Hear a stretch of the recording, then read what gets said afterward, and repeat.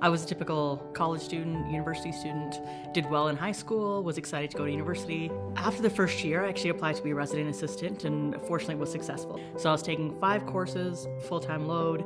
I was working as a resident assistant. I was playing on a few intramural sport teams. I was volunteering off campus because that's something I'm really passionate about. And I was also trying to have a social life. So it was a lot.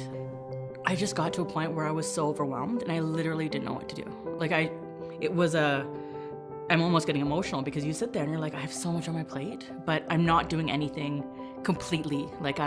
For me, I want to be my best at all times, and I wasn't, and I knew something was suffering. I think I just got to the point where I was just so overwhelmed. It's almost like you're drowning, and you're like, to get some relief, I had to reach out. I've always been raised that if you're asked for help, it seems like a sign of weakness.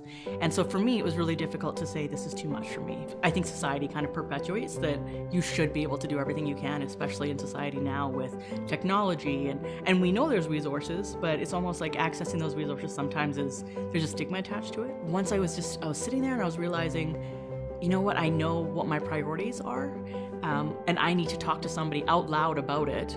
Fortunately, my supervisor was someone that I could connect with and talk to. When I went to go talk to her, I think we almost built a relationship where I could go share what my struggles were automatically. Having someone sit there and just listen to me that I trusted was something that I knew was going to be a good outlet for me. Hearing someone else say, yes, you're in trouble, but that's normal. This is part of university was really rewarding for me to hear that I'm not an anomaly and I'm not a failure. This is part of the journey, and I had to struggle through it to become a graduate of university. There's so many spaces on campus to look for help, and I think the University of Calgary is a great example. It might be intimidating, you might not know who to go to, but I think reaching out for help is what will really help to be successful.